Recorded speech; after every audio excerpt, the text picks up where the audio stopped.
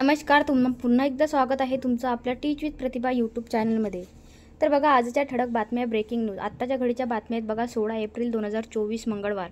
काही मिनिटापूर्वीच्या ह्या बातम्या आहेत. बातम्या जाणून घेण्यापूर्वी तुम्ही जर आपल्या चॅनलवर नवीन असणार तर चॅनलला सबस्क्राईब करा आणि महाराष्ट्रातील बातम्या तसेच योजनाविषयक माहिती जाणून घेण्यासाठी आपल्या टीच विथ प्रतिभा या यूट्यूब चॅनलला सबस्क्राईब करून बेल आयकन दाबायला विसरू नका. चला तर वेळ वाया न घालता आजच्या ठळक बातम्यांना सुरुवात करूया. इथं तुम्ही बघू शकता, पहिली बातमी आहे काळजी वाढणारी बातमी. महाराष्ट्रात आणखी 5 दिवस पावसाचे.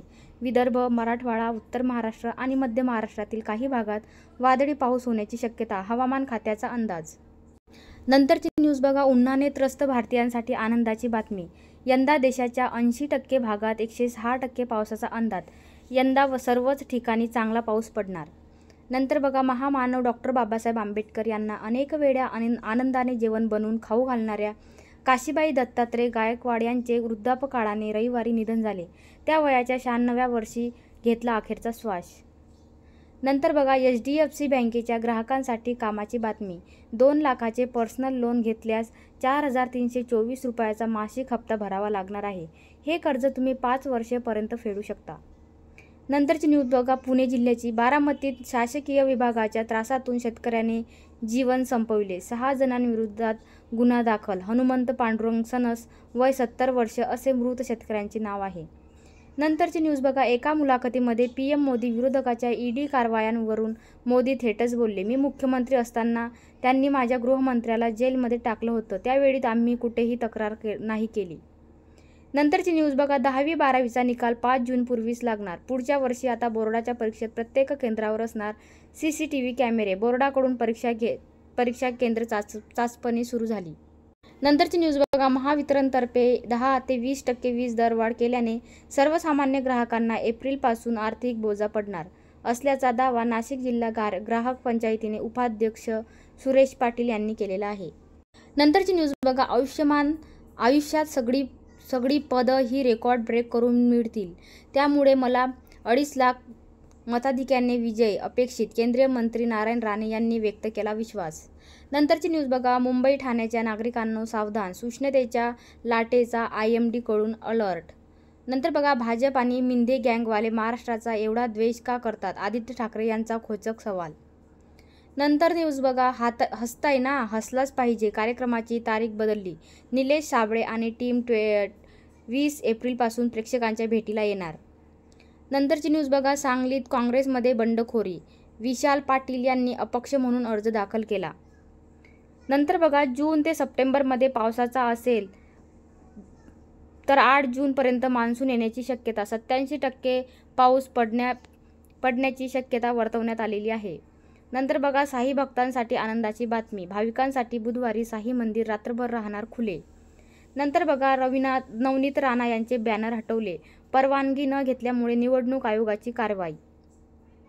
अपेक्षेप्रमाणे भाव नसल्याने शेतकऱ्यांकडून कांदा केला साठवणूक. निर्यात बंदी कायम असल्याने कांद्याला चांगला भाव नाही. नंतरची न्यूज बघा, विरोधकांच्या मनात पंतप्रधान मोदींबद्दल प्रचंड द्वेष. 2024च्या निवडणुकीत जनताच विरोधकांना मतपेटीतून उत्तर देईल. मुख्यमंत्री एकनाथ शिंदेंनी विरोधकांना ठणकावले. नंतरची न्यूज बघा, ते मुक्तपणे मत मांडतात. अधूनमधून त्यांचं मतपरिवर्तन सुरूच असतं. शरद पवारांचा राज ठाकरेंना टोला. नंतरची न्यूज बघा, राहुल गांधींना दोष देणार नाही कारण ते वाचत नाहीत. भाजपच्या जाहीरनाम्यावरून केलेल्या टीकेला देवेंद्र फडणवीसांचे प्रत्युत्तर. यंदाचा राम जन्मोत्सव होणार खास. देवरा हस बाबा ट्रस्टच्या वतीने रामनवमीनिमित्त 1,11,111 किलोचे लाडू अयोध्येत पाठवणार. नंतरची न्यूज बघा, दिल्लीचे मुख्यमंत्री अरविंद केजरीवालांना दिलासा देण्यास सुप्रीम कोर्टाचा नकार. EDला 24 एप्रिलपर्यंत उत्तर देण्याचे आदेश. नंतर बघा, मी 2.5 लाखाचा रेकॉर्ड ब्रेक मतांनी विजयी होणार. केंद्रीय मंत्री नारायण राणेचा विश्वास. सुनेत्रा पवारांविषयीच्या वक्तव्याचा विपर्यास झाला. शरद पवार यांचा दावा. यंदा पाऊस 106% बसणार. भारतीय हवामान विभागाचा पहिला अंदाज. महाराष्ट्रातील आशादायी परिस्थिती. नंतरची न्यूज बघा, मनोज जरांगेचे जे सहकारी आहेत अमोल खुने यांच्यावर जीवघेणा हल्ला झालेला आहे. डोकं फोडून रक्तबंबाळ. मराठा आंदोलनात सहभागी असल्यानेच हल्ला झाल्याचा आरोप. नंतरची न्यूज बघा, 25 वर्षाचा प्लॅन तयार. अनेक काम झाले आहेत पण आणखी खूप काम करायचं आहे. नरेंद्र मोदी. अडवाणी वेटिंग PM होते, देवेंद्र फडणवीस वेटिंग CM, कन्हैया कुमार यांची टीका. नंतर बघा मध्य महाराष्ट्र मराठवाड्यात विजांसह अवकाळी पावसाची शक्यता, हवामान विभागाकडून येलो अलर्ट जारी. नंतर बघा 10वी आणि 12वीच्या निकालासंदर्भात मोठी बातमी, 1, 2 किंवा 3 निकाल लागण्याची शक्यता. नंतर बघा साताऱ्यात शरद पवारांच्या उपस्थितीत शशिकांत शिंदेचे शक्तीप्रदर्शन, उमेदवारी अर्ज केला दाखल. नंतर बघा या आठवड्यातील IPO बाजारात सुस्थिती राहील, सलग दुसऱ्यांदा आठवड्यात मेनबार विभागाच्या कोणत्याही नवीन IPO उघडणार नाही. मात्र दूरसंचार क्षेत्रातील कंपनी वोडाफोन आयडियाची follow on public offer FPO या आठवड्यात येणार आहे. कर्जाच्या ओझ्याखाली दबलेली ही कंपनी या आठवड्यात 18,000 कोटीचा FPO लॉन्च करणार आहे. तर SME विभाग 2 कंपन्यांचे IPO येतील. नंतर बघा अष्टरडीएम हेल्थकेअरने गुंतवणूकदारांना प्रत्येक शेअरवर ₹118 विशेष लाभांश देण्याची घोषणा केलेली आहे. शेअर मार्केट क्लोजिंग, इराण हल्ल्यामुळे सेन्सेक्स 900 अंकांनी घसरला. या 5 कारणांमुळे गुंतवणूकदारांचे 6 लाख कोटीचे नुकसान झाले. नंतर बघा कच्च्या तेलाच्या किमतीत, इराण आणि इस्रायलमधील युद्ध दीर्घकाळ सुरू असल्यास कच्च्या तेलाच्या किमती वाढू. अमेरिकन डॉलर मजबूत होत आहे, डॉलर निर्देशांक 106 च्या जवळ पोहोचला आहे.